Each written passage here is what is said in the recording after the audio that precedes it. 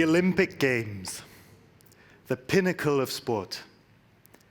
Round 1 of the 1500 meters. All eyes on Sifan Hassan, the Dutch runner. She's one of the favorites and she's aiming to make history in Tokyo. But something unexpected happens. In the final lap of that race, Sifan tripped and fell. She fell and her hopes of winning seemed over. But she got back up. She started running again. She caught up with the pack and she won that race. She then went on to win 2 gold medals and a bronze, clearly making history. Not just an Olympic medal winner, a true Olympian.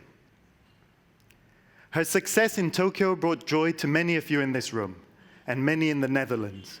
But more importantly, gave hope to the 85 million people worldwide who have fled their homes to rebuild their lives elsewhere, just like Sifan did all those years ago.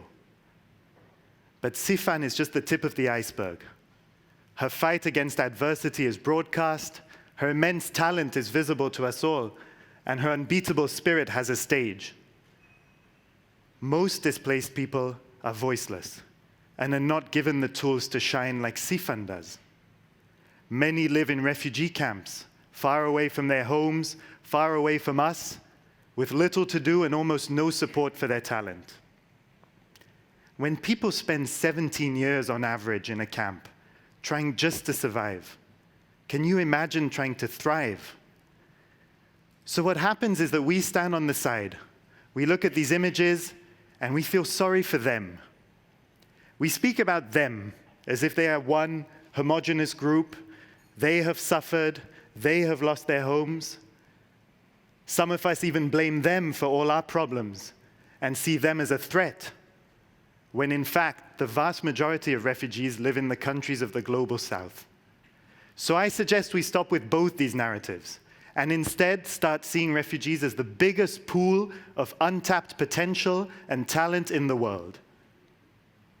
We don't want one Sifan Hassan who wins gold medals in Tokyo. We want all refugees to be able to train, to flourish, and to win. We don't want refugee camps just to be places of peace, where finally the violence, the humiliation, and the killing stops. We want refugee camps to be places of healing, of growth, and of opportunity.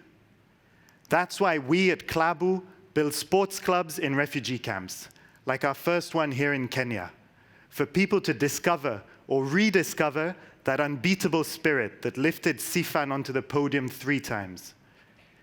We build clubs to accompany people who are rebuilding their lives by giving them access to sport and to dreams.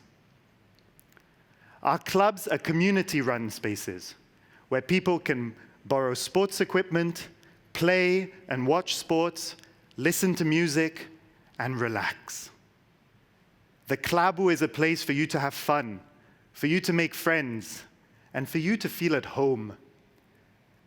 As Sadumba from South Sudan told me last week in Kenya, it is a place for everyone to enjoy. To strengthen that sense of belonging and of community, we make a unique kit for every one of our clubs. Just like the players of Paris Saint-Germain or Ajax, the Klabu members have their own uniform that represents them. You can join their fan club by buying and wearing their kit. By doing that, we can all play on the same team.